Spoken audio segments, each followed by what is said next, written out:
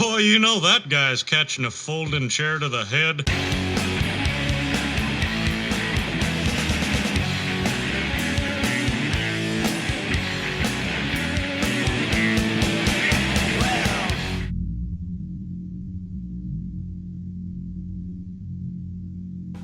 Greetings, Shot. Welcome to another episode of Ortega's Hotplate. I'm your host of extraordinary magnitude, Ortega Latrobe. Today I want to discuss last week's GCW shows. September 23rd and 24th, they had a Thursday, Friday in New York. I'm going to talk about the Friday night show first, just because the Thursday night show was so goddamn awesome to me that I wanted to save it for the end, because I was just so fucking happy with it. Anyway, Get Lost a Lot, Friday, September 24th. Fantastic show. The highlight of it to me has to be after the first match, Cardona comes out and is yakking his fucking trap about this and that, and he has his universal belt, spinner belt that he had made, but he also has his internet champion belt that he's had for, a decade, fucking from back when he was in WWE and was the internet champion. He's running his fucking mouth, and Lauderdale fucking throws down the challenge for him to put the belt on the line, and Daddy comes out. Effy is the internet. Effy's fine. Effy is the internet champion. Has Cardona's belt, and it's a lovely shade of purple. It really goes well with the pink jacket and such that Effy has. Now he's even got a purple one too, so we got matching shit. Thanks, Cardona, dickhead. Alex Zane, AR Fox, everything you'd expect. If you've seen either one of them, you gotta have an idea what you're gonna see, and it was fucking awesome. Jordan Oliver, Rusty Young Dumb and Broke, came out taking on Atticus Kogar. Atticus gets the win under some nefarious ways, as he is wont to do. Two really, really great wrestlers, and I've said it before, Atticus kind of gets thrown under the hardcore thing, and he's really, really far more than just a hardcore thing. And again, there's a show with Jordan Oliver on it. I'm going to gush because that kid's fucking amazing. You have to see him. He is Big Breakfast, the clout cutter. The SGC defended their titles against Dirty Dickinson and Starboy. Great fucking match. Of course, there's a scramble, and the scramble was madness as usual. Ninja Mac gets the win in that. Yo-Ya, 5'2", 125 pounds, I believe, against AJ Gray.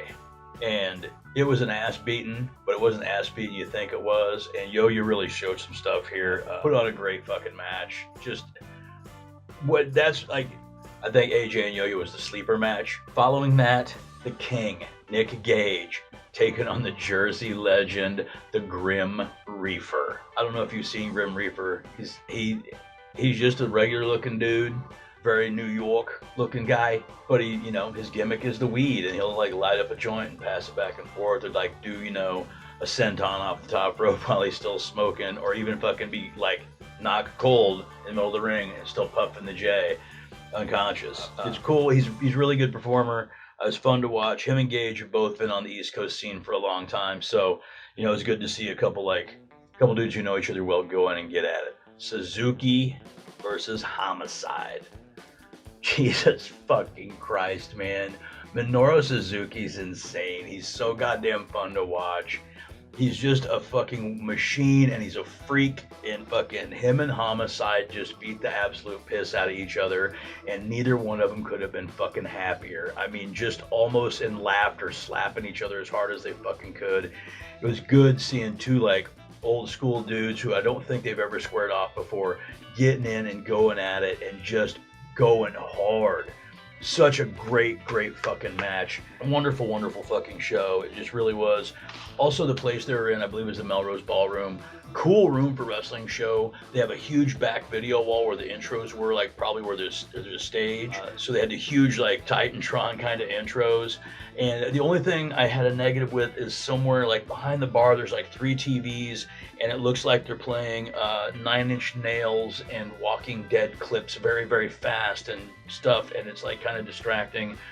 Other than that, it looked like a really cool room. Now, I want to back up a day to Thursday the 23rd for Emo Fight. This is it kind of reminded me of one of the backyard wrestling shows where it's not a gimmick show per se, but there's a little more,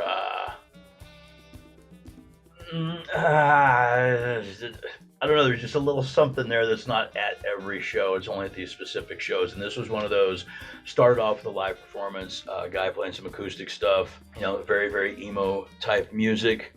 First thing out of the gate was a scramble. Dante Leon won that. The NCCA. Alley Cat became Alley Catch. Tonight she was Alley Way, taking on Gabby Ortiz. I always love watching Alley wrestle. I just think she's wonderful. Everything about her I think is fantastic. Gabby Ortiz I have very, very little knowledge of. The only thing I'll say is this match seemed a little slow, like maybe they were feeling each other out. It wasn't bad by any means, it just felt a little slow, and that's to be expected sometimes. Musical interlude. This is where shit gets weird. Nick Gage comes out and is basically the MC. And he does his thing as he does because he's Gage. But then he's like telling the DJ to play shit, and one of the most bizarre things in my life ever will be Nick Gage saying, "Now play some fucking My Chemical Romance." And then I don't know the songs, I don't really know the band, but it's a very sing-along, dramatic, slow build song. And he's got the crowd singing. There's even moments where he's got the mic and you can hear Gage singing along to My Chemical Romance, and it's so weird because it's such a fucking out of context moment. Also, he's like smiling and on stage and just having this wonderful time, and it's so weird seeing him out of context of the ring and being so fucking hard. And it was fucking beautiful, man. It was so goddamn good. I fucking loved it.